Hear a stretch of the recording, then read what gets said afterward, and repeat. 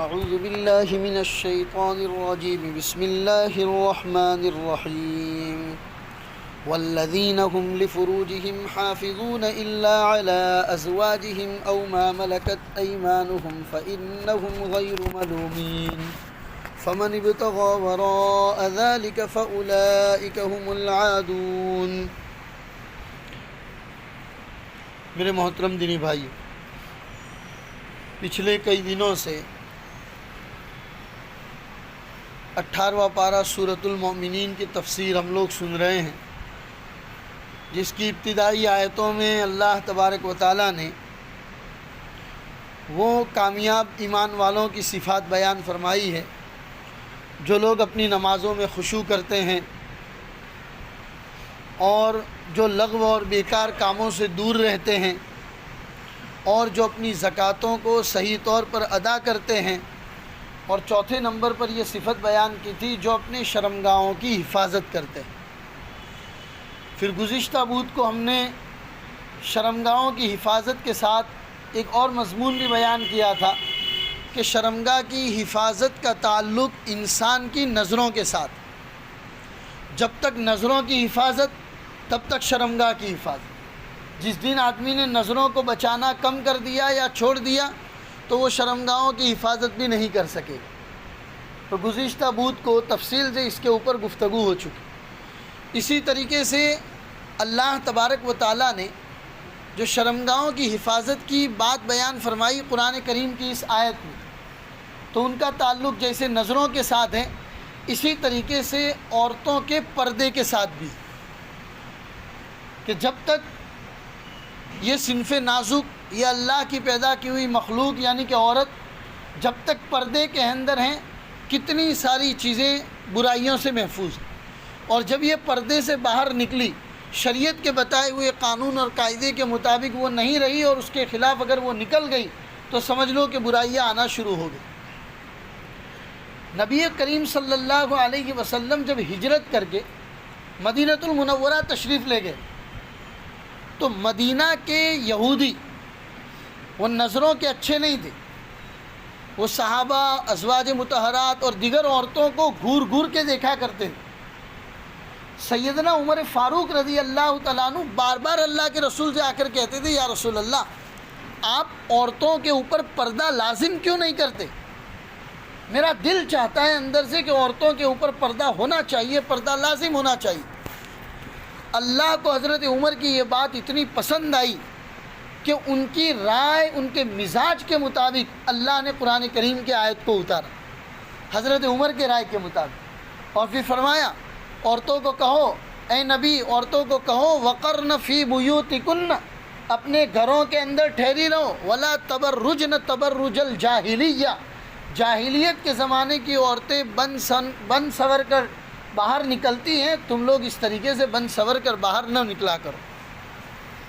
وَضْرِبْنَ عَلَى جُيُوبِهِنَّ خُمُرِهِنَّ عَلَى جُيُوبِهِنَّ، اور ان عورتوں سے کہہ دو کہ باہر نکلو تو اپنا دوپٹہ اپنے سینے کے اوپر ڈال دو۔ یہ کتنی بڑی بات ہے، یہ اس زمانے میں کہی جا رہی، جس زمانے میں ٹیکنالوجی کے نام کی کوئی چیز نہیں تھی، جس زمانے میں عورتوں کو بازار میں لانے کی فکریں نہیں کی جا رہی تھی، اس زمانے میں بھی یہ بات کہی جا رہی ہے کہ اے نبی گھر کی عورتوں کو کہہ دو کہ زمانے جاہلیت کی طرح بن سور کر باہر نہ نکلا کرے، اور جب بھی نکلے تو جلباب اس چادر کو کہتے ہیں کہ جس کے ذریعے سر سے لے کر پیر پر پورا کا پورا ڈھانپا جاتا ہے۔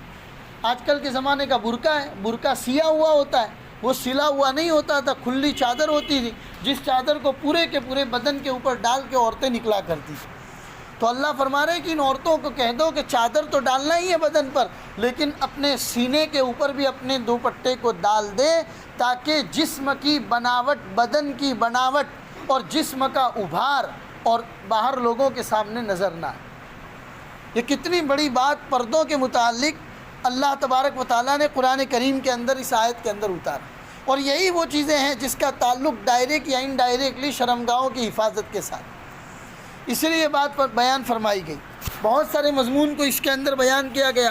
وقرن فی بیوتکن، انہیں کہہ دو کہ اپنے گھروں کے اندر ٹھہری ہوئی رہے، ولا تبرجن تبرج الجاہلیۃ الاولی، اور پہلے زمانے کی عورتوں کی طرح بن سور کر باہر نہ نکلے۔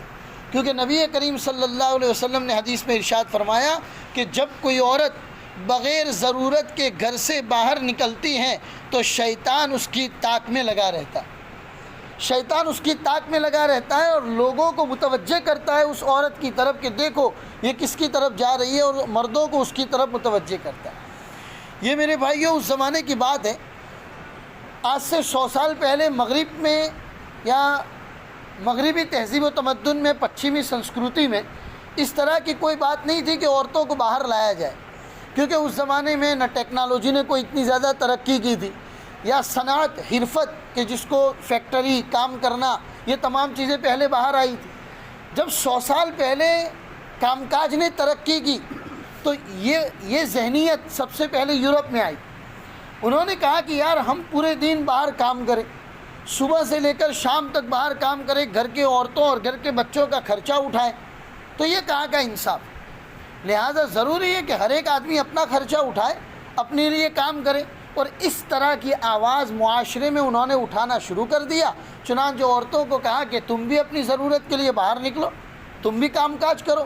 چنانچہ مردوں نے کام کرنا شروع کر دیا، عورتوں نے کام کرنا شروع کر دیا۔ صبح مرد بھی نکل رہا ہے، عورت بھی نکل رہی ہے، گھر کو تالا ہے۔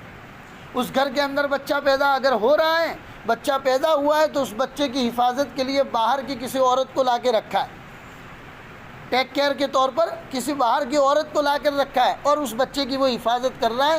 بچے کو پتہ نہیں ہے میرا باپ کون ہے، کیونکہ بچے سے اٹھنے سے پہلے ہی باپ کام پہ روانہ ہو چکا ہے۔ رات کو باپ جب گھر پہ واپس آتا ہے تو بچہ سو چکا ہے۔ بچے کو پتہ نہیں ہے کہ ماں کیا ہوتی ہے، ماں کی ممتا کیا ہوتی ہے، بچے کو کچھ پتہ نہیں۔ یہ اس تہذیب کا اثر تھا۔ چنانچہ اس کا نتیجہ کیا ہوا؟ یہی بچے جب بڑے ہوئے تو ان کے ماں باپ بوڑھے ہو گئے۔ جب ماں باپ بوڑھے ہو گئے تو ان بچوں نے کہا کہ بھئی تمہاری حفاظت اور تم کو سنبھالنے کے لیے ہمارے پاس ٹائم کا۔ چنانچہ اولڈ ایج ہوم کے نام کی بنیاد وجود میں آئی کہ گھرڈا گھر بنائے گئے، بوڑھے لوگوں کے لیے گھر بنائے گئے، اور ہر ایک بچہ اپنے ماں باپ کو اٹھا کر جا کر وہاں پر رکھ دیتا ہے، مہینے کی فیس ادا کر دیتا ہے۔ ایسے واقعات سننے میں آتے ہیں کہ اس ہوم کی طرف سے جب آدمی پر فون جاتا ہے کہ تمہارے ابا کا انتقال ہو چکا ہے، تو بیٹا فون پہ کہتا ہے کہ افسوس ہے کہ میرے ابا انتقال کر گئے، لیکن آج میرے پاس بڑی امپورٹنٹ میٹنگ ہے، میں نہیں آ سکتا ہوں، آپ ان کے آخری رسومات کریا کرم کر دیجئے، جو بھی بل ہوگا میری آفس میں بھیج دیجئے، میں وہ بل ادا کر دوں۔ کہاں گیا وہ رشتہ جو بیٹے اور باپ میں ہوتا تھا؟ کہاں گیا وہ رشتہ جو اولاد اور ماں باپ کے اندر ہوا کرتا تھا؟ یہ رشتہ صرف مجھے اور آپ کو اسلامی تہذیب ہی سمجھا سکتی ہے۔ اسلامی تہذیب کی جو باڑ ہے اس سے باہر اگر قدم رکھا تو میرے بھائیوں یہ تہذیب صرف تاریخ کی کتابوں میں آپ کو سننے کو ملے گی، معاشرے میں دیکھنے کو نہیں ملے گی۔ یہ اسلامی تہذیب ہے، اسی کے ذریعے اسلامی تہذیب وجود میں آتی ہے۔ لوگ اعتراض کرتے ہیں کہ مولانا اگر کوئی آدمی مر جاتا ہے اور اس کی وراثت جب تقسیم ہوتی ہے تو لڑکے کو 2 حصے اور لڑکی کو 1 حصہ کیوں ملتا ہے؟ ایسے بھی لوگ سوال کرتے ہیں۔ تو ہم ان کو سمجھاتے ہیں کہ بھائی عورت جب وہ بچی بن کر پیدا ہوئی اس دن سے لے کر جب وہ مرتی ہیں تب تک اس کی پوری ذمہ داری اللہ نے دوسروں کے اوپر ڈال رکھی۔ اس عورت کو کمانے جانے کی ضرورت ہی نہیں ہے۔ جب تک وہ کسی کی بچی ہے اس کے باپ کی ذمہ داری ہے کہ اس کی صحیح پرورش کرے، اور جب موقع ہو بالغ ہو جائے تو اچھی جگہ پر اس کا رشتہ کرا دے۔ اور اتنی بات کو سمجھانے کے لیے محمد رسول اللہ صلی اللہ علیہ وسلم نے بڑی فضیلتیں بیان فرمائی کہ اگر اللہ نے کسی کو 2 بیٹیاں دی ہے، اگر وہ ان 2 بیٹیوں کی صحیح تربیت کرتا ہے اور موقع آنے پر اچھی جگہ پر اس کا رشتہ کرا دیتا ہے تو تمہیں معلوم ہے کہ اس آدمی کا مرتبہ کل قیامت کے دن کیا ہوگا؟ صحابہ نے فرمایا یا رسول اللہ ہم نہیں جانتے، تو اللہ کے رسول نے اپنی 2 انگلیاں ملا کر فرمایا کہ وہ آدمی اور میں کل قیامت کے دن ایسے ہوں گے۔ اس سے بڑی فضیلت کی بات کیا ہوگی کہ اللہ کے رسول کے پڑوس ہم کو نصیب ہو جائے، اللہ کے رسول کے پاس میں کھڑا ہونا ہم کو نصیب ہو جائے۔ میرے بھائیوں، اللہ کے رسول نے روایت بیان فرمائی۔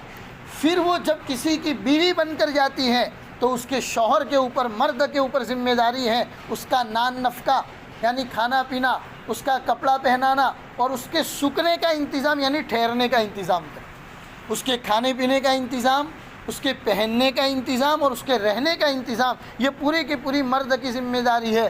بالفرض و تقدیر اگر طلاق دے دی یا اس شوہر کا انتقال ہو گیا تو جب تک وہ عورت عدت میں رہے گی مرد کی ذمہ داری ہے، چاہے وہ 4 مہینہ عدت کے اندر رہے یا طلاق کی عدت 3 مہینہ اگر وہ عدت کے اندر رہتی ہے، مرد کی ذمہ داری ہے کہ طلاق کی عدت میں بھی اس کے رہنے کے، کھانے کے اور پہننے کا انتظام کرے۔ یہ ہے اسلامی شریعت۔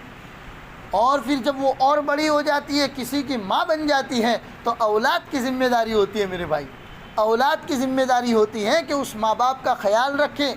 چنانچہ باپ کے انتقال کے بعد جب وراثت تقسیم ہوتی ہے اور ماں اگر زندہ ہے تو ماں کو 8واں حصہ ملتا ہے اولاد کی موجودگی کے اندر، اور اگر اولاد نہیں ہوتی ہے آدھا کا آدھا حصہ ماں کے پاس چلا جاتا ہے۔ شریعت نے پورا انتظام کیا ہے۔ پتہ چلا عورت کو کہیں کمانا ہے ہی نہیں، اسی لیے وراثت میں عورت کے لیے 1 حصہ ہے اور مرد کے لیے 2 حصے۔ تو پتہ چلا اللہ تبارک و تعالیٰ نے عورت کو کمانے کے لیے باہر جانے کا کہیں انتظام کیا ہی نہیں ہے۔ یہ میرے بھائیوں یہ مغربی تہذیب تمدن تھا، وہ پچھمی سنسکرتی تھی۔ اللہ ہماری حفاظت فرمائے، ہم بھی اس تہذیب کے شکار ہو گئے۔ چنانچہ آج ہمارے گھر کے اندر بھی اگر عورتیں کمانے کے لیے جاتی ہے، جوان بچیاں کمانے کے لیے جاتی ہے، نامحرم مردوں سے ہاتھ تالیاں ملاتی ہے، ہنس کر بات بھی کرتی ہیں، اور کتنی برائیاں وجود میں آتی ہیں، یہ تمام چیزیں ہم دیکھتے ہیں، یہ اسی تہذیب کا اثر ہے، ورنہ اسلامی تہذیب میں یہ چیزیں نہیں ہیں۔ تو میرے بھائیوں قرآن کریم کی جو آیت ہم نے پڑھی والذین هم لفروجہم حافظون، کہ ایمان والے تو وہ ہیں کہ جو اپنے شرمگاہوں کی حفاظت کرتے ہیں۔ شرمگاہوں کی حفاظت کا تعلق عورت کے پردے کے ساتھ ہے میرے بھائیوں، اور مرد پر ضروری ہے کہ وہ عورت کے پردے کا مکمل طور پر انتظام کرے۔ کسی نے اکبر الہ آبادی سے پوچھا تھا کہ اے عورت تیرے پردے کا کیا ہوا؟ ایک زمانہ تھا تو پردے میں رہتی تھی، آج تجھے کیا ہو گیا کہ تو پردہ اتار کر باہر نکل آئی؟ تو اس عورت نے کیا جواب دیا؟ ہمارا پردہ مردوں کی عقلوں پہ پڑ گیا، ہمارا جو پردہ تھا ہمارے بدن پہ ہونا چاہیے وہ اور مردوں کی عقلوں پہ آ گیا ہے۔ مردوں کو پتہ ہی نہیں ہے کہ عورت کا کتنا پردہ ہونا چاہیے۔